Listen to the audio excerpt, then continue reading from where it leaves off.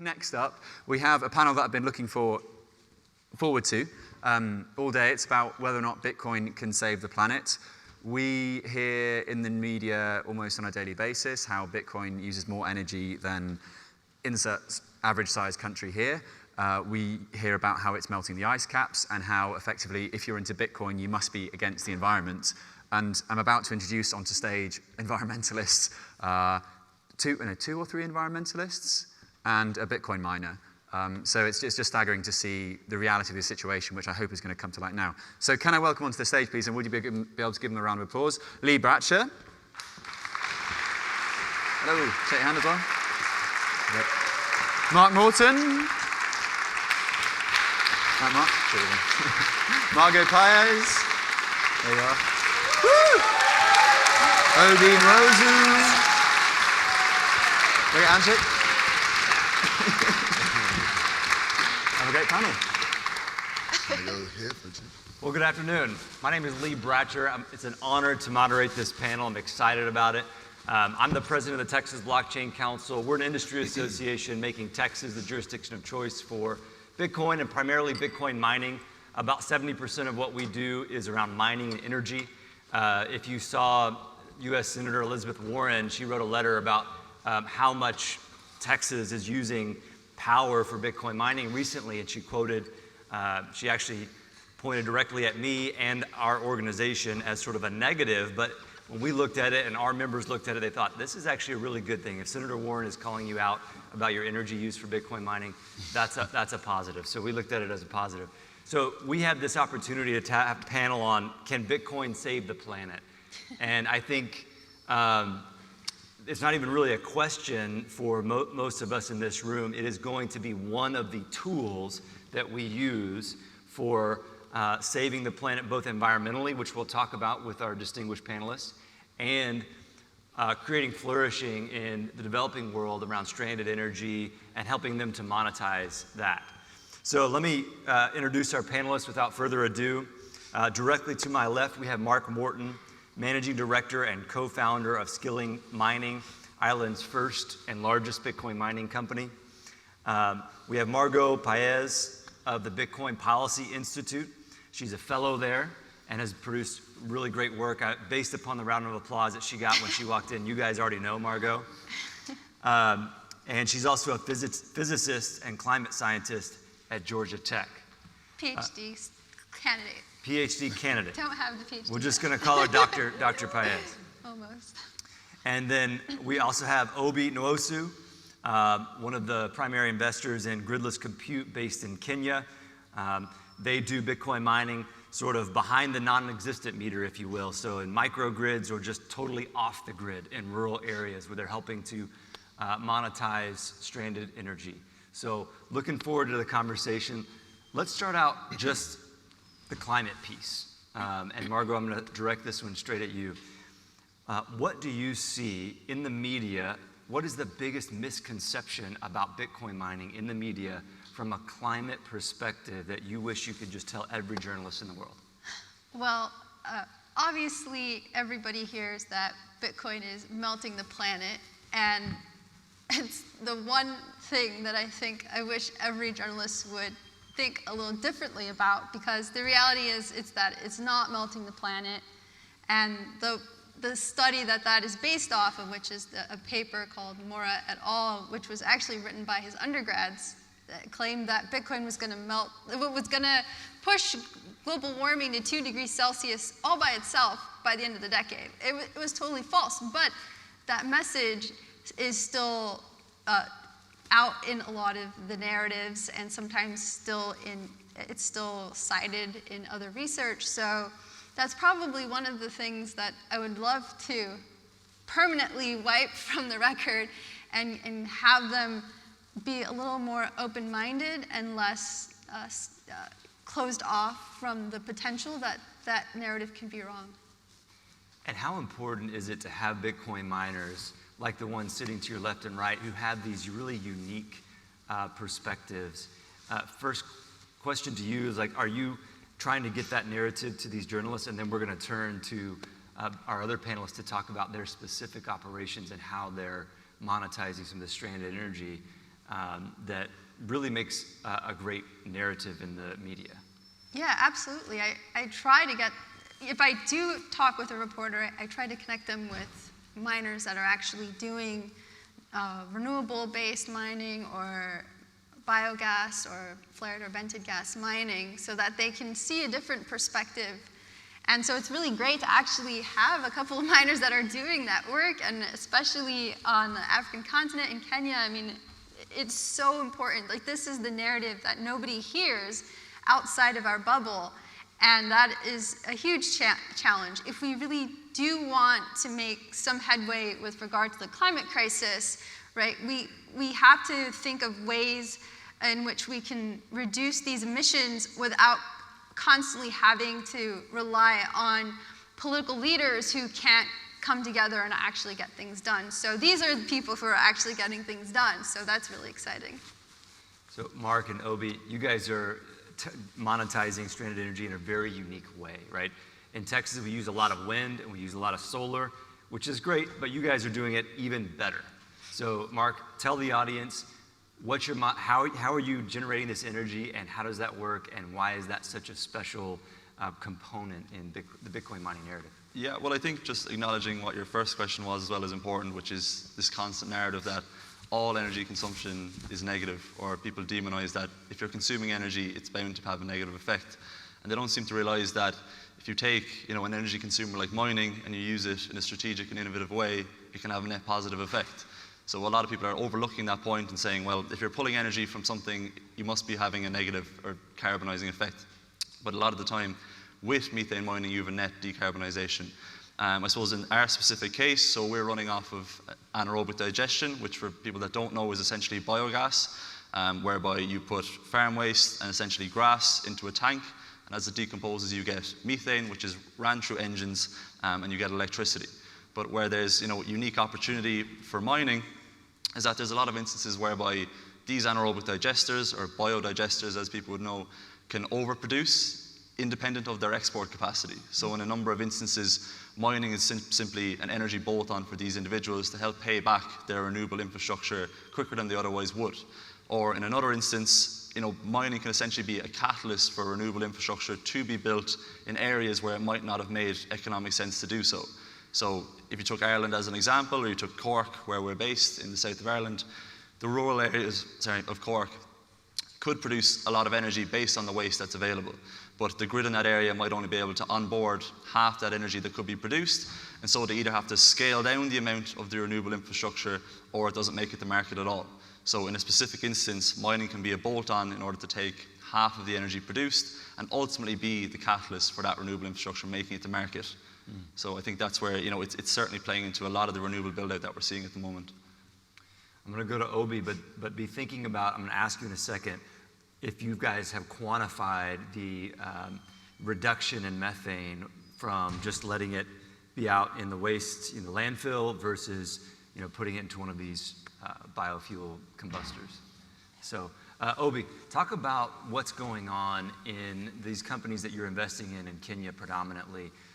What kind of energy are you guys monetizing? Why is it stranded? So I am an investor and a board member for an organization called Gridless Compute. And their mission is to accelerate the electrification of rural East Africa via accelerating the adoption of renewables. In the case of East Africa, it's predominantly hydro. And they are only able to do this because of Bitcoin. It doesn't just help, it turns it from a 0 to a 1 in this case. So I can give you an example. So East Africa and Africa in general is the default and easiest way to get access to energy is renewables. It's abundant solar, but it's also abundant hydro. Now, imagine you're in the middle of rural Kenya. You are 4 or 5 hours by very, very rocky road from the local town or city to a village in the middle of basically rainforest-like environments. Now, there, it's not feasible to be connected to the grid, hence the name gridless. It would just be too expensive, and it's a community maybe of 1,000 people. It just doesn't make sense to run a wire all that way. And so they have to rely on kerosene and paraffin, which is terrible for the environment, but moreover, it's terrible for humans. It's very dangerous. Stories you hear of people, kids playing around and causing fires, elderly having lung problems, etc. And it's very expensive and difficult to get. Again, kids have to spend 2 hours walking to get some more paraffin and kerosene after coming back from school, and in 2 hours going back, affecting their school grades. And so local entrepreneurs decide to say, okay, well, why don't we use this abundant local resource and create a hydro power plant? Sometimes simple, sometimes more complex, these microgrids. They go to their local bank, and the bank basically says no, because their customers have no credit history, no credit record. So they want to help, but just, the banks actually do want to help, but they just can't because it just doesn't meet their criteria. And so this is where something like a gridless comes in, whereby they act like an anchor tenant, or we act like an anchor tenant, in the same way that a cinema or a supermarket, a Tesco's or a Walmart would act like an anchor tenant for a shopping mall in Midtown, a small town America or small town Europe or UK.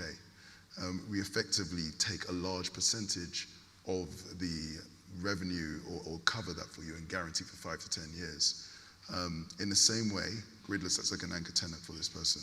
So say they needed 50 kilowatts to power the small village, and that was a no from the bank. They'll say, well, instead, let's make it 75 kilowatts. 50 kilowatts still for the village, but 25 for us, which to produce a 75 kilowatt plant is roughly the same cost as a 50 kilowatt plant. So there isn't really a significant increase for them.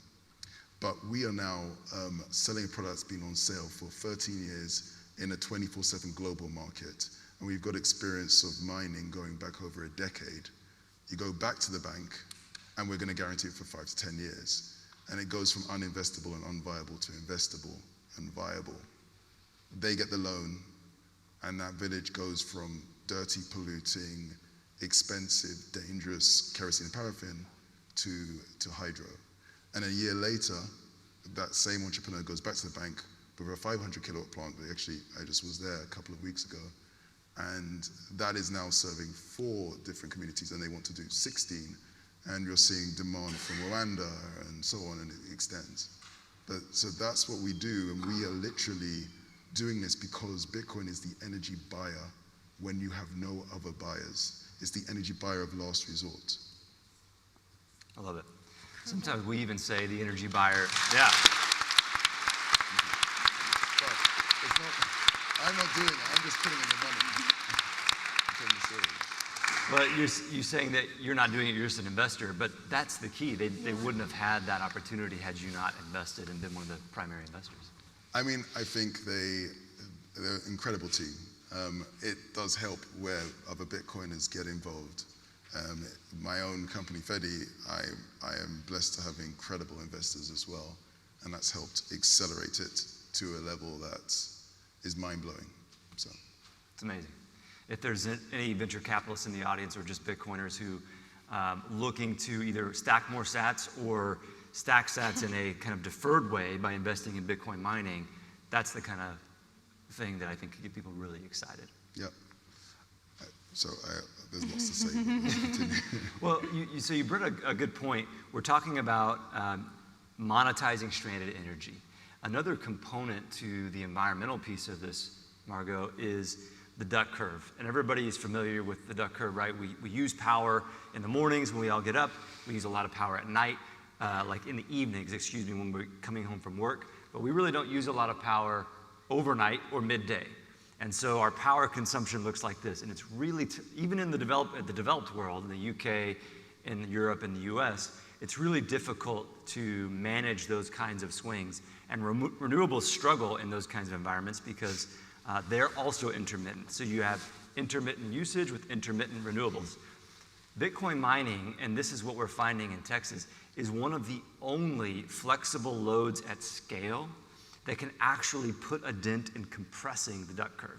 Because if you can shave off the peaks by turning off when demand is high, but you're a 24/7 buyer. Well, depending on, like, you turn off when prices go high, so you're not quite 24/7, but you're running overnight, which pulls up the valleys. You're actually compressing the duck curve, which allows for a grid to go from, maybe their max was like, in Texas, about 30% of our grid is renewable on a good day, when the wind is blowing, when the sun is shining. And if we have more Bitcoin mining, we can actually increase that because we can handle the volatility of wind and solar, whereas without a flexible load, you can't. So Margot, talk to the incentivization of further renewables. Are we seeing, and I think everyone here is probably familiar with examples, but what are your favorite examples of instances where a renewable energy company has come in and partnered with a Bitcoin miner? I can think of the Block partnership in Texas with Tesla. Mm-hmm. But are there other examples where you're seeing, like, hey, that solar field was not going to get built, except for when you add that energy buyer of first and last resort, it pencils out differently?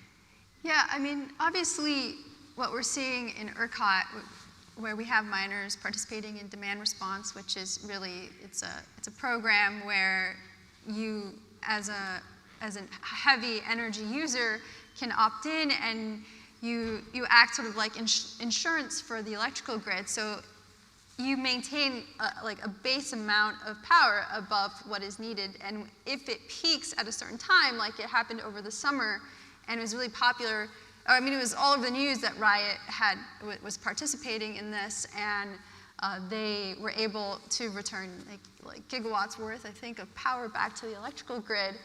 And that's really what demand response is for. It's insurance for those times when demand is unusually high. And when you have increasing heat waves over time as a result of climate change, we have to have that extra reserve power somehow. And one way is to do this on the demand side as a controllable load resource, which is a fancy word for basically Bitcoin miners running and then turning off. Right, so I think that's really cool. I think there's a really cool project going on in Central America, in Costa Rica, that's being built right now, where they're building a solar farm, and they're going to co-locate Bitcoin miners. Now, Costa Rica is pretty close to 100% renewable energy. It's like a mix of hydro and wind and some solar. So they're also an exporter of power to the neighboring countries where they have very intensive fossil fuel electrical grids. So this new company, Renewablocks, what they're going to do is they're going to be able to create a surplus of solar, and then they're monetizing this development with Bitcoin mining, and then they're going to be able to export that solar power into the neighboring countries and displace fossil fuels on that grid and decarbonize their electrical grid. So I think that's a really cool thing that's happening there. Another really cool concept, now this actually doesn't use Bitcoin mining directly, but it's a company in South Africa called the Sun Exchange. And the Sun Exchange began in 2015 when the CEO moved to South Africa from the UK, actually. He was looking for a better opportunity. He worked in solar. And he saw that there was not a single solar panel installed in South Africa. So he got this idea to basically create an exchange where you could crowdsource investors for a specific project. Like, let's say a school wants or needs power, and so they need solar panels to do it. So investors can basically like buy a panel at a time, and then they get their dividends in Bitcoin. And so the people who are doing this tend to just leave their Bitcoin on the exchange, and then as the price of Bitcoin increases over time with the halvings, they come back after a few years and they see, oh, actually this is, what I got in my dividends has gone up. So then they end up just buying more panels with the Bitcoin. So that's clear, like a clear incentivization that you can see through the Sun Exchange, making it possible to buy more solar panels to electrify communities in South Africa that need it. And I think that this is just so fantastic. I mean, there are so few ways where this type of model works. I can't even think of other ways. And the reason why the CEO thought that it had to have Bitcoin was because he wanted to have the most visibility possible. So for those dividends, so like if you get a dividend at a fraction of a penny, right? Or you can't really do that with dollars or whatever. Or if you're doing payment processing, right? It doesn't make sense to pay out in such small micro payments because the percent fee that is taken is too high. So that for him, it was a no-brainer. Like these two are a match made in heaven, and it's been a wonderful success. And I'm hoping that that kind of model can also branch out to other regions as well, like Latin America. That's awesome. Yeah. Mark, I'm coming back to you with that question about methane reduction. So do you have any idea, like what's the scale in Ireland in particular around, a lot of agriculture there, right? Yeah. And so there's a lot of methane. Do you have any thoughts on the reduction of methane? Yeah, well, so Ireland has 135,000 farms in a relatively small space, but anaerobic digestion or biodigestion isn't something that has been rolled out at scale. And when you kind of ask the people who've been doing the studies on it why, a lot of the issues do arise from small-scale sites or anaerobic digestion sites being unable to export to the grid. Or if you look at it on an individual level, you have a farmer that's been in the agricultural industry all his life. He doesn't want to become an energy producer. So I spoke to people who had done studies on the expansion of small-scale biodigesters, and their biggest hurdle was this dependency on the grid system. So, our grid in Ireland isn't built to be onboarding 100 kilowatts in 200 different places. It's been built over the last number of decades to have a small number of very large sites. And so what Bitcoin mining can essentially be in this instance, again, is just a catalyst for that renewable infrastructure to get where it needs to be. And when you look at, so while mining itself isn't exactly reducing methane, it's being the catalyst for these anaerobic digestion sites to get where they need to go. And they have, statistical studies showing anywhere from, 2,000 kilograms of carbon a year to 170,000 kilograms per farm per year.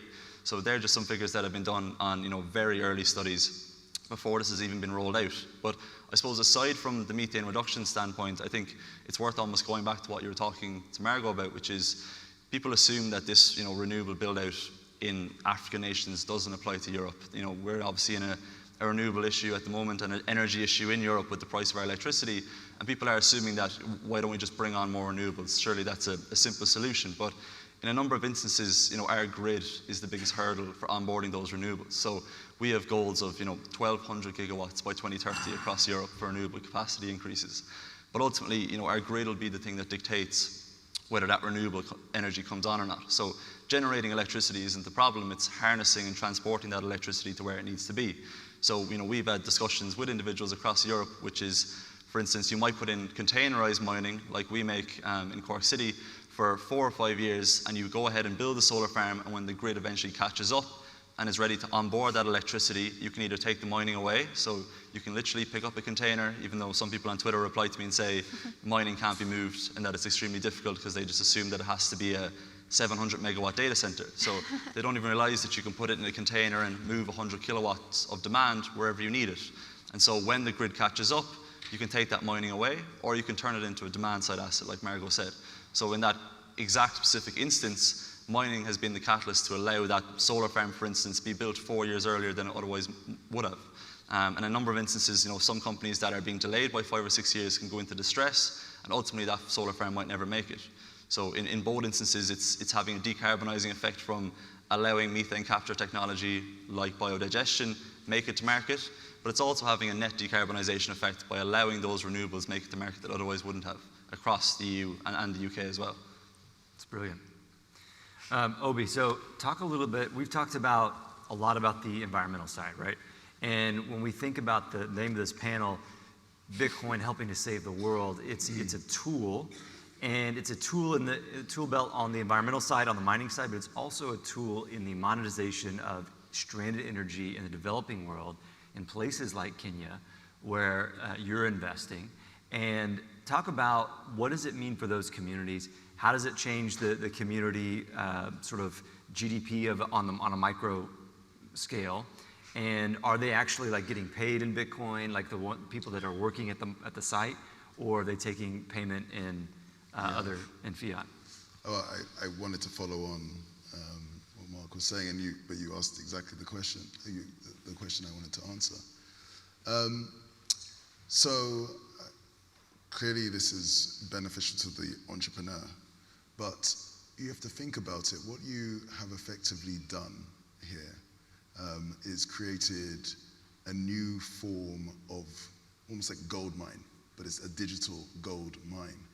And just like coal mines and gold mines of yore, you would see a thriving community will start to form around that, because you've got water, you've now got clean electricity, and you've got this valuable resource which is valuable globally. Plus you've got education and learning, because these entrepreneurs then need to employ people to run this on a 24/7 basis. And you're dealing with some of the highest tech in the world in the middle of these rainforests. So what happens is others nearby want to get closer to that. They start to move. You can have electricity there, and so on and so forth. But on top of that, and this is where it ties in with other initiatives, that my main initiative, FEDI, for example, it's you have internet, because you need access to internet there, and you have power, and you have a community. People then need to start, they generate, and it generates revenues in Bitcoin. Some people will want to maintain some of that in Bitcoin. They need to custody it. So, and you have a community there. So community custody fits perfectly with this. So these people are asking me as an investor to potentially set up these FEDI Mint community custody setups, so that they then now have the ability to help manage their money as well. But again, because they have access to the internet as well, there are devices that can take that and create local Wi-Fi networks, where again, they give people access to information on the internet. So now you have this situation where you have knowledge, you have money, you have a resource, you have education, you have technical skills being generated. So in terms of the GDP, it's still very early, but we're already seeing massive benefits. I'll give you another example. I went and interviewed a couple of the villagers who 1 year on, and they've said the village has gone. He was the first house to take on this electricity. 1 year on, he has cows, because in this part of the world they measure their wealth by the number of cows they have, and the cows are producing far more milk because he was able to save money up now because of the efficiencies he's gained and the monies he saved, to buy a machine which would automatically, a mechanical muscle, where he had before manually chop grass to feed the cow, and when he's tired he'll stop. This machine can keep going on indefinitely, providing higher quality feed, so the cows are healthier, they produce more milk, which is this virtuous circle. His kids' grades have massively improved because they've saved 4 hours each day, which would have been spent in running errands. The errands is 4 hours, walking back with kerosene 4 hours. That's instead spending time on studying. And studying is like playtime for kids there, because that's like, you don't have to do manual labor. Instead, you can actually learn new things. So again, grades have improved, and then health outcomes have improved. The elderly in the community used to have issues around with their lungs, and reports of those are reduced. How do you quantify that? It's hard to say because it's so early, but it seems obvious that it's going to be incredibly profound. I know the audience, yeah.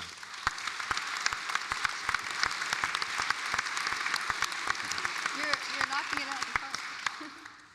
I have a lot more questions, but I'm being selfish. I need to open it up to you guys.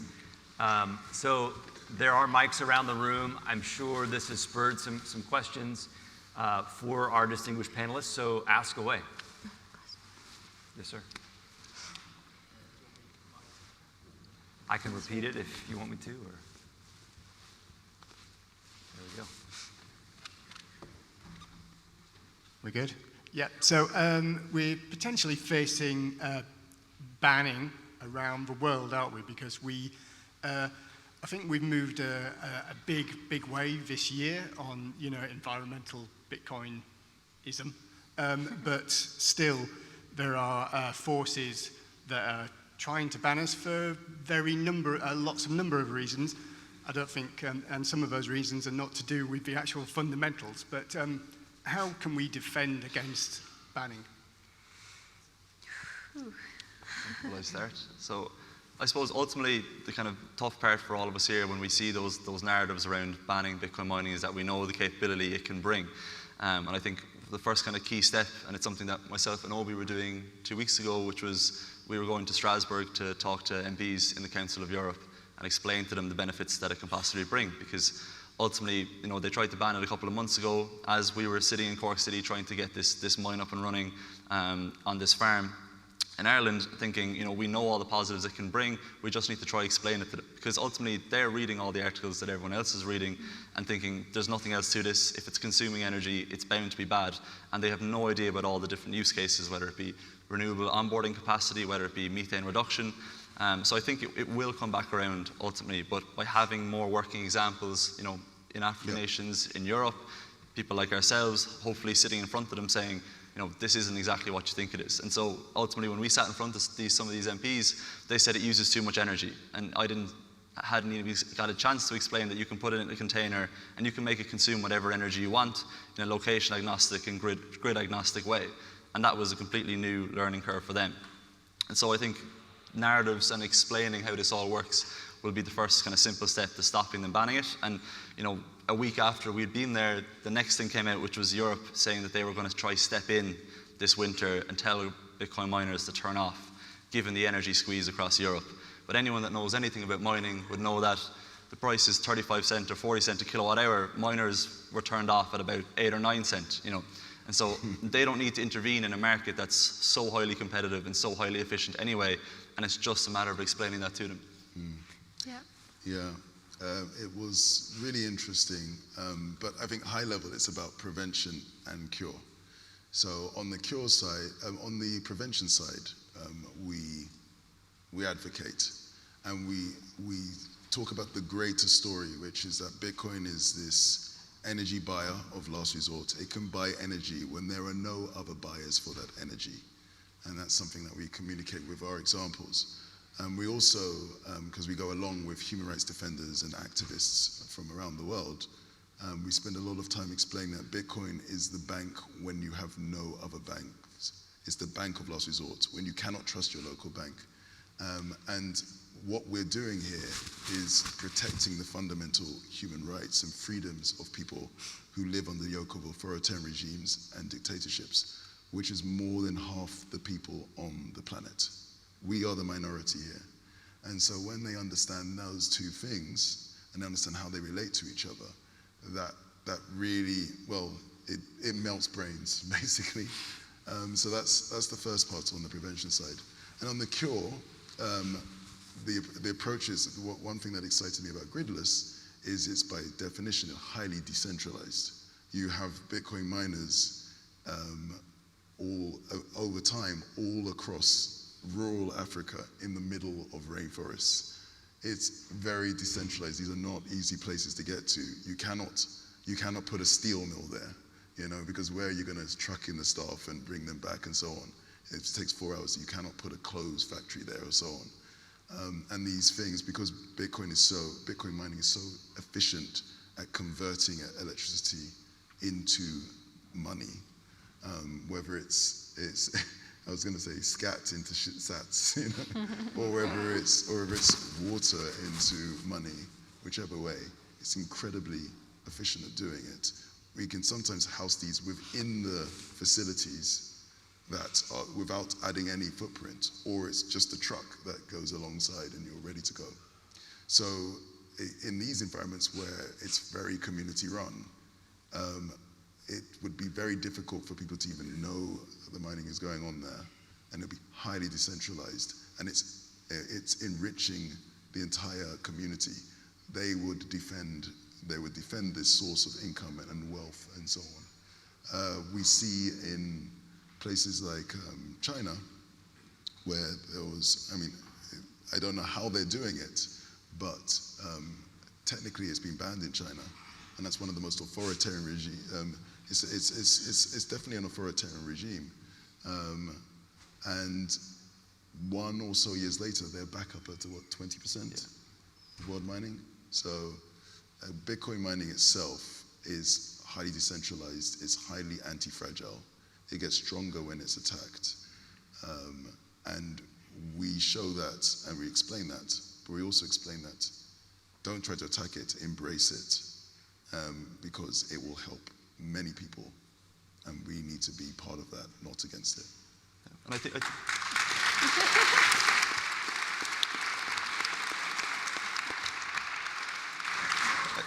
think the mining industry is moving in the right direction as well with regard to that. So obviously at Skilling we focus on containerized mining. And I think when everyone looks at the mining industry, you know, you've scale and you've decentralization, and you have obviously the 700 megawatt sites on the top far left, which is their scale is huge, but their decentralization isn't great. It doesn't mean there's anything wrong with it, but it's just an element of their model.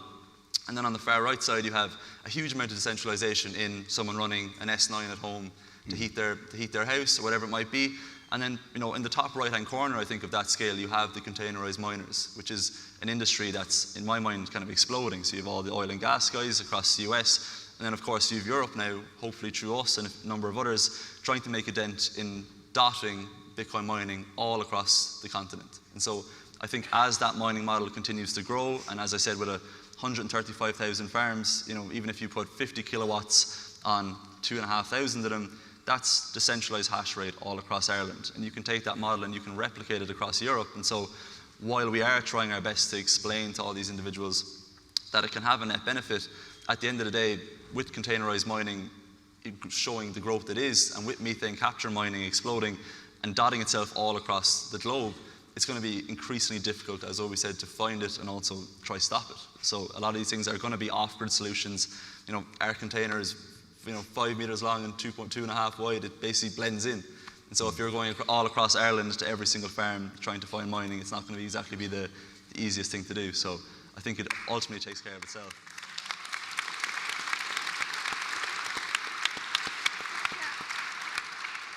Yes, ma'am.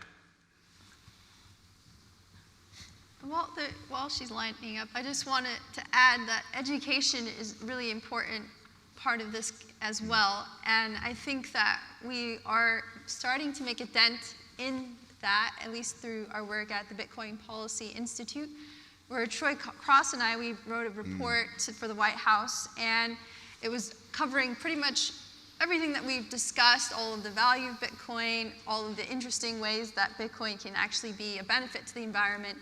And in their final OSTP report, we actually saw bits in there that were echoing the stuff that we told them. And Troy has even done video chats with the people who put the report together for the White House. So I think this is a real breakthrough for us. For the first time, you know, we're actually getting this message out there, and it's ending up in these top-level reports. So we just have to keep working on outreach, on education, and it would be great to see like a European BPI come about, and I know there's a lot of chatter around that. So, you know, Bitcoin mining is decentralized, but so are all of us as Bitcoiners, right? You know, it's pretty non-hierarchical. You have an idea, you can go do it. If you want to do European BPI and be the, you know, or like you want to be like the Texas Blockchain Council, but you're like the EU Blockchain Council, you know, you can do that. And there's no one that's going to stop you. And I think that's what's so special about being in this space, is anyone can make that difference.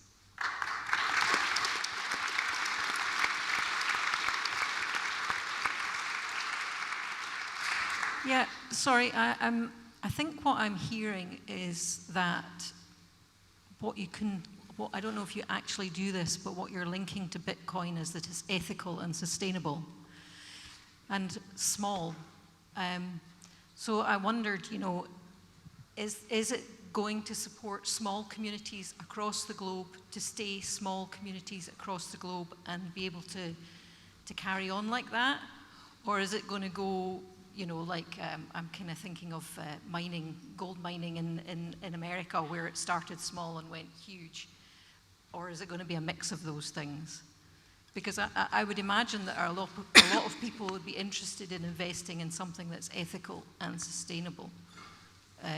if they've got something to evidence that?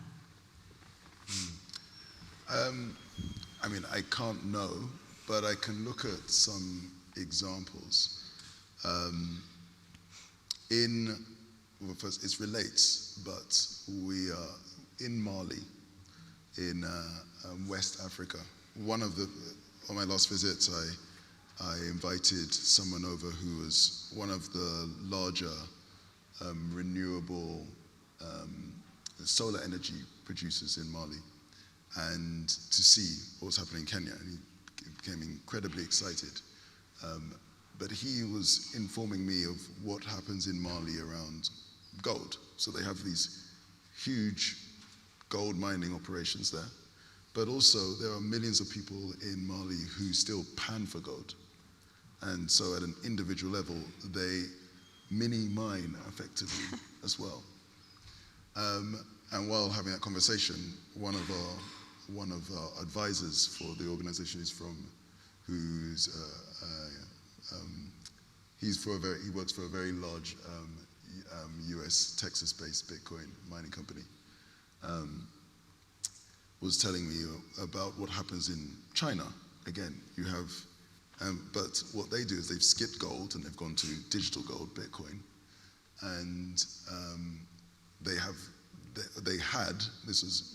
very large Bitcoin mining operations, but also many individuals have one Bitcoin mining machine or two, and effectively they mine Bitcoin on a smaller level for themselves. So that's the equivalent, that's the direct equivalent of what's happening in Mali. You're going to have large organizations where they become professional, but there was a mechanism to pan for Bitcoin. The difference is with Bitcoin, you've got multiple ways to generate Bitcoin. You have, if you can afford it, and you have access to the energy, you can individually mine. Or what you can do is you can use human energy in the form of labor, work, providing answers to questions or services to earn Bitcoin as well. And what we are seeing amongst many areas of great interest is that people want to earn Bitcoin, and that's effectively the equivalent for panning for gold. And that's a very community, within your community, provide services potentially to people internationally through providing gig work, data annotation and so on, or locally, and that allows you to generate a revenue at a community level that complements the larger scale Bitcoin mining. So I think you're going to see this analog, but people, when it's at an individual level, if they can, they will use machines, or they will use their own human-based, I like to call it AAI, artificial intelligence, i.e. human intelligence, good old human intelligence, to actually convert that plus work ethic into Bitcoin. And also, to your question about local, whether this stays local or not, right now there's a lot of circular economies that are popping up in the global south that are Bitcoin-based circular economies. For example, there's one in South Africa, there's one in Guatemala, there's of course one in El Salvador, there's one in the Philippines. There's so many happening right now where people are trying to create an economy in an area that has been historically economically depressed. And they're doing that with Bitcoin. And then they're using that to provide education and food for the community. And they're targeting the children because children are easy, they get excited about technology and it's really fun to get them involved, and they really take it seriously. And one really cool example in South Africa with Bitcoin Akasi, they said that the kids at first, when they were getting the rewards in Bitcoin, they would go and they would buy candy and whatever. And then over time, their preferences changed. And they actually started buying quality food. They were buying bread, they were buying milk. And so there's something happening, right? That is just, spontaneously coming up, emerging from being able to use this permissionless monetary network. And to me, it's just really fascinating, and I think it is ethical and sustainable in that sense, not just talking about mining, but talking about really what is truly Bitcoin about, which is this monetary network that exists without anybody having to give you permission to use it, or without even having to ask for permission for it to exist, right? And Anita Posh, she has her own nonprofit, and she said, yes, Bitcoin for Fairness, thank you. And then what she says is Bitcoin is pro-human rights, right? That is what Bitcoin is.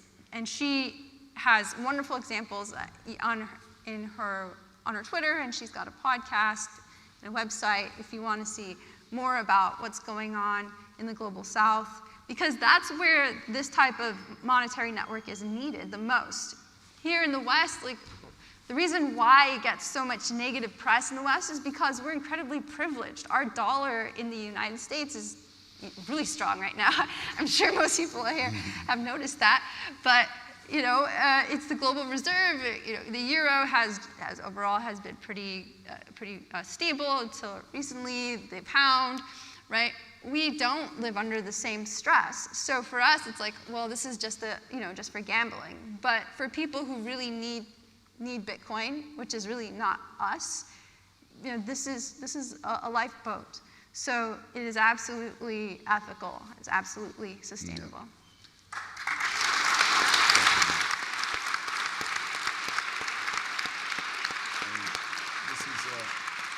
Just to add, I mean, this is a talk that's focused on Bitcoin mining, but obviously I'm very biased. I'm a strong believer that one of our superpowers as human beings is the ability to form complex groups in society. Literally, humans, termites, and bees are the only things that can form these. And termites are a great example. If you go to the savannah in Kenya, you'll see these mounds that look like hills, but actually they're termite mounds. And we still today don't actually understand how they're able to regulate temperature. So it's always the same whether there's a torrential rain or whether it's baking hot. We don't understand how they work, but termites have not something that we would consider to be a brain. They have a couple of nerve cells. They don't have hands. They don't have opposable thumbs. So intelligence levels, not great. Ability to manipulate the world, not great. They manipulate the world with their mouth, but they're able to produce this structure. Why? Because they're able to perform complex societies. So we sometimes, especially in the West, but complex societies require trust, and we seem to downgrade the need for trust. Trust is important. However, it's also important to verify. Now, we've had this world where we've been taught to don't verify trust, which has led to many, many negative stern outcomes. And as a result, as an antidote to that, we had to have a very strong message to don't trust, verify, which was really important. But now, as Bitcoin is maturing, I think there's greater awareness across the ecosystem that it's not about one or the other. It's about we should trust because that allows us to perform complex societies, create complex societies, work together with communities and empower the community.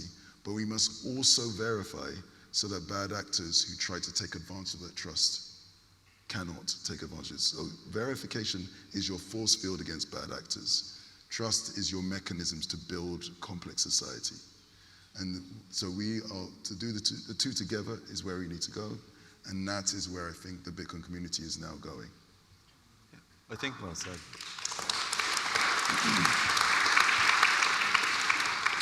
I think it's just interesting as well when you kind of look at, as you were saying, the link between just being completely independent, being in Bitcoin, and being part of the community as well. So even the way I look at it from the energy side, the fact that you can monetize energy completely on your own and have that direct link between your energy and yourself is really unique. And so we show people our machines regularly, and when we switch them off, they almost ask, do you have to tell someone about that? Or do you have to tell the Bitcoin network that you've shut those off? Like, who's going to notice that these things aren't sending guesses anymore? And they can't quite believe that you can contribute and remove yourself from that market instantly, which obviously goes back to the demand side and controllable load resource aspect of Bitcoin, that you can have 700 megawatts running and remove it itself and completely put it back on in a couple of minutes or seconds.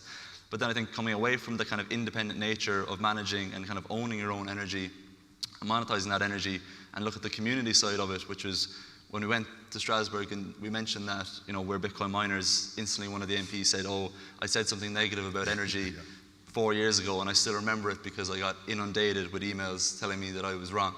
And so I think that community aspect of it is just extremely important, and always going back to this question of a ban, which is, each individual here plays such a big part in reaching out to these individuals to explain it to them, because even when we went there as a small group, we were wondering, like, are they going to listen? Are they actually going to take in this information? And in fairness to them, the majority of them actually really did.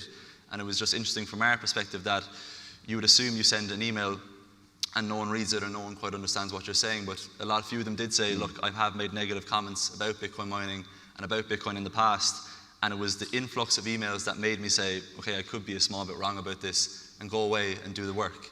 And so I think that kind of disparity between the two is just extremely important, which is you can act independently, but what you do as an independent individual can have an extremely positive effect on the community as a whole. Yeah.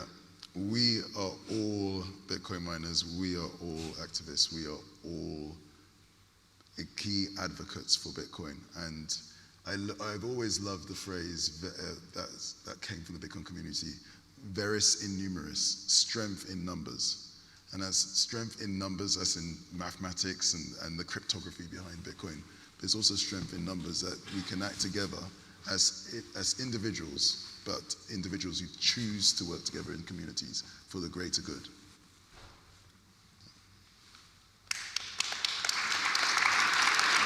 We have time for one more? You're telling me yes. We have time for another. Yes, go ahead.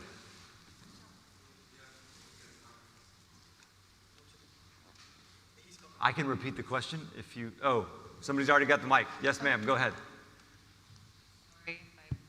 Hi, I'm Jillian from Cyber Hornets, and I think this is such a fascinating discussion, and I think all of you were moving along this direction, but we are in a really challenging time, maybe one of the fourth turnings, and I just wondered about one practical piece of advice from each of you about what we can do to help onboard as many people as possible to the Bitcoin community, making it as easy as possible and celebrating some of the benefits for human rights that it can bring.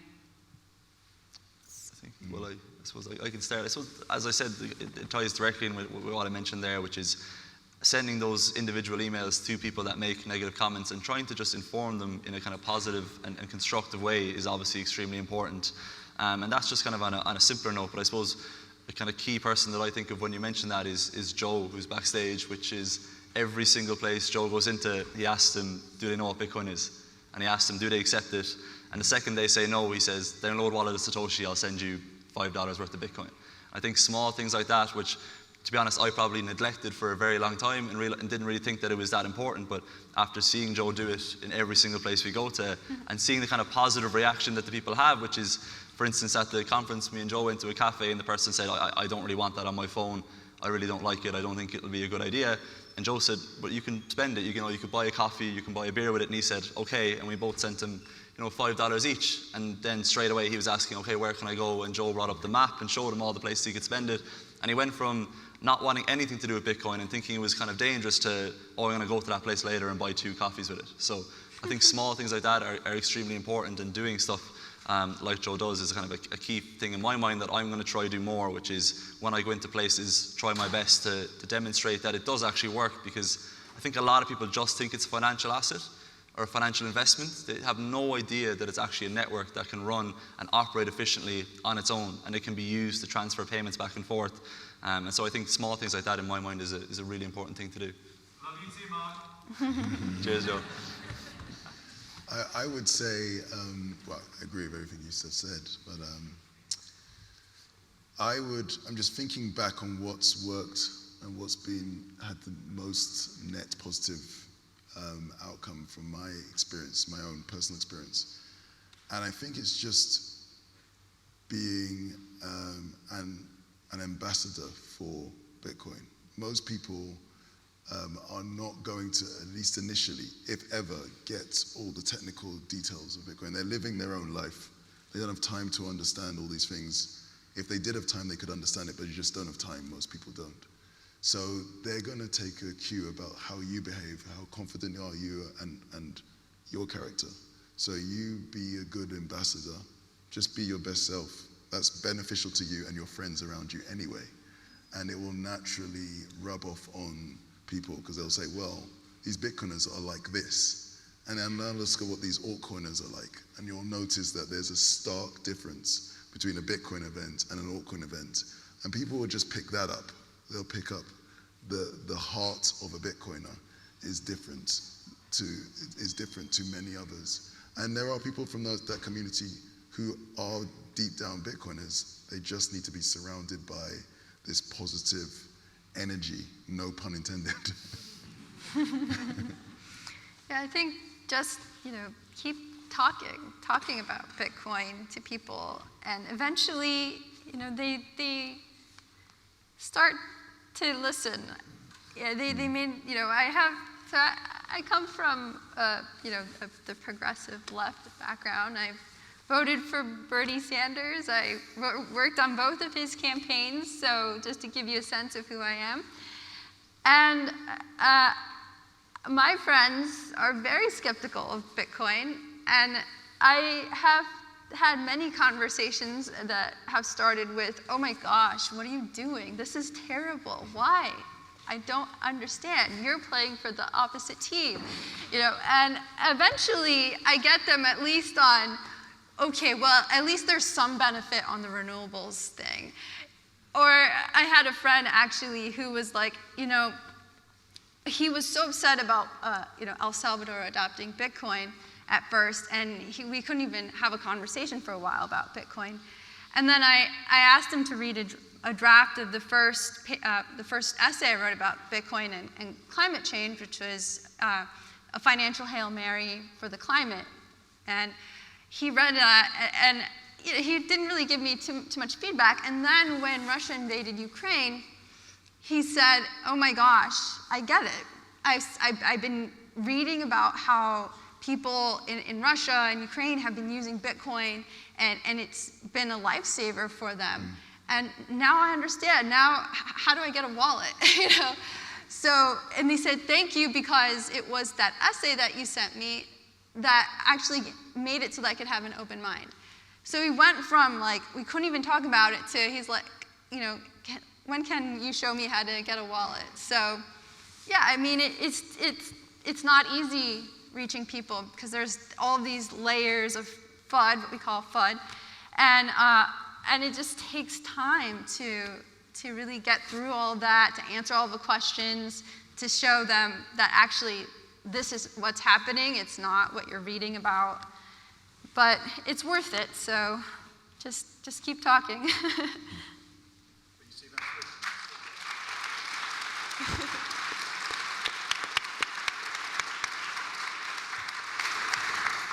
Personal integrity that's coming through, and I'm really feeling that from all of you speakers, your personal integrity, and that's you. It's to do with personal integrity, and that, I'm really feeling that from all of you and these speakers, and that really comes from the mathematical integrity of Bitcoin, right? And that's transformational, and it transforms you over time personally. So just keep going on being what you are, and like Bitcoin, you just find that you just transform people unwittingly. You should come on the stage.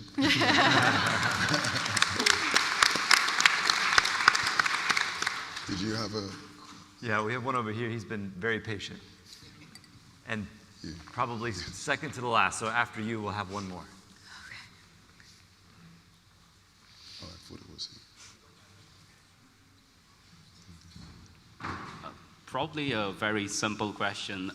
Thanks for the excellent discussion, and also like the view on energy alternative to mainstream media. What do you think the roadmap for even better energy efficiency looks like for Bitcoin? And well, since we also spoke about playing in different camps and stuff, do you see a way of combining proof of work with maybe proof of stake in the future? something like a 2-hop blockchain. Do you see that, or do you think Bitcoin will never? I think Bitcoin will never leave proof of work. I don't think it ever should.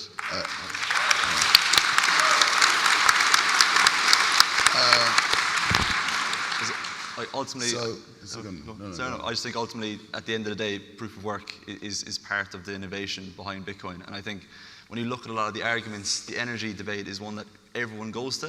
And I think with the way we're working, and with the research that Margot does, and Daniel Batten, if you don't follow him on Twitter, definitely do follow him for his research on Bitcoin mining and its methane reduction capability. Once you take away the energy debate around proof of work, I think people have very little left to say around negative connotations to do with it. And I think we're working very well at the moment to tackle anything around that issue. And so ultimately, I think, in this decade, could possibly have a carbon negative Bitcoin network. And even if we don't, I think ultimately we're making a lot of strides to improve that and improve the harmonious relationship between energy and mining. And I think once that's tackled, there's very little reason or no reason at all to leave proof of work. And I do think that will come eventually. So I think just simply answer your question, we're going to stick with proof of work, and we're going to integrate it into energy markets all across the world. And I think that will answer the question to a number of critics, and there won't be much left. Yeah.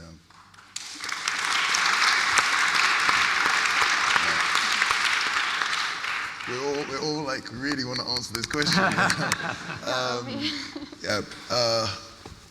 Proof of work is one of the biggest innovations. I had the honor of being on earlier today on the same sofa with Adam Back, who came up with Hashcash, which was the inspiration behind proof of work, and the other altcoins who made the decision to go with proof of stake, or who went from proof of work to proof of stake, in the fullness of time will realize that was on the list of many mistakes they've made, by far the biggest mistake they've made. Now there's a lot of FUD around this, a lot of misinformation around this, but we have something far more powerful, which is the truth. And the truth is going to be able to show, sorry, I've done a lot of public speaking, my voice is going a bit.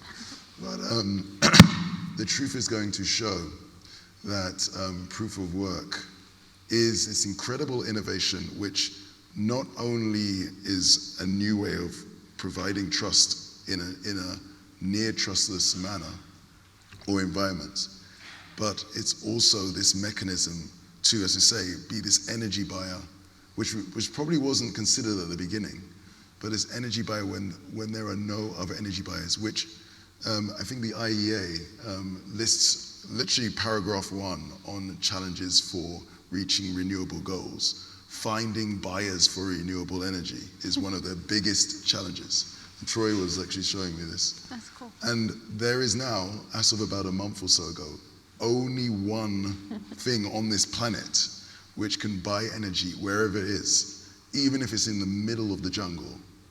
It can buy energy, or if it's in the middle of the Arctic, it can still buy when there's no one else willing to buy.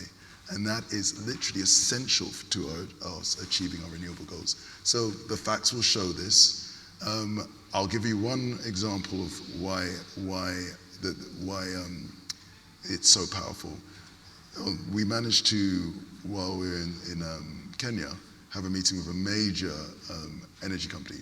This is way down the line for us, but there's so much interest we cannot meet it. We just had this meeting, and they were explaining that they're going over to renewables and having these problems with balancing demand with supply. Because guess what? If there's too much energy, you can't just throw that in the grid. People's computers start to explode if you do that. So you have to then do something with that energy. What they were doing was spending a lot of money buying these specialist devices, very expensive devices, which would just boil water to use up this energy. Because they have to do something with it. So they would boil water on an industrial scale, which is insane, because, and so when they realized that they can use this system, and then they asked the question to our friend, the major Austin-based Bitcoin miner, how quickly could we do this demand response and to what level? Well, we can move it up and down by relatively tiny amounts. It's like, 3 kilowatts or so, but or even less, but very small amounts. But how quickly can you do this? Well, we can turn on and off a 300 megawatt operation in roughly 250 milliseconds. And they were like, mind melted at that point. And then they became really interested, so we could do this, we could do that. Now, proof of stake doesn't use up any energy, which means it cannot pay for energy, which means it cannot help these people reach their renewable goals. It also has these really bad incentives. One is a proof of wealth, and the other one is a proof of worth.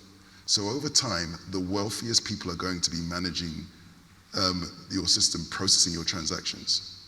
Whether they don't know what a cryptocurrency is or not, they're going to be the people managing it. And then the other one, over time, the worthiest people, the hardest working, the most innovative are going to be managing your money. You decide who you want to be managing your money. I know which one I'm going to be deciding on.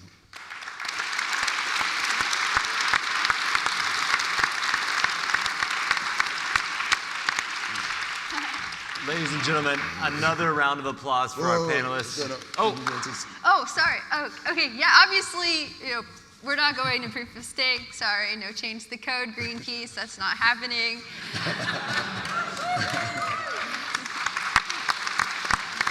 And, so the founder of Ethereum said that it was great that they were switching proof of stake because they were having virtual money.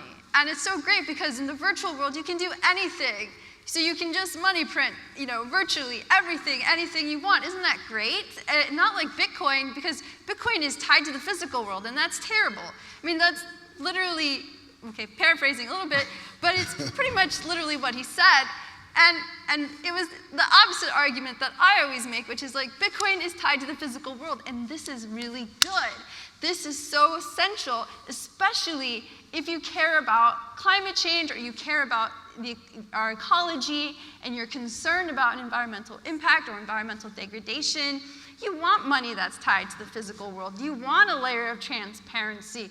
The fact that people can even estimate the total global energy consumption of Bitcoin tells you that there is something special about this monetary system called Bitcoin.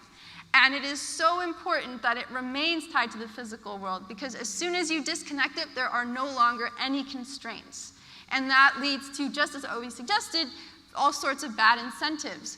And we have to correct those incentives because our economic system is full of bad incentives and is causing all of this harm, not just to the planet, but to ourselves. And this is one small step in the right direction. They say, fix the money, fix the world. I mean, it's not completely true. You can't just fix the money, but it is one step towards fixing the world, and it's a necessary step in that direction.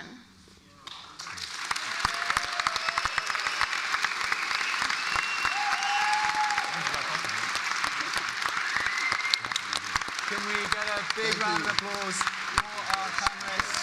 Lee Bratcher, Martin Morton, Margot Paez, and Obi Nwozu. Sang innovation, yeah, why not?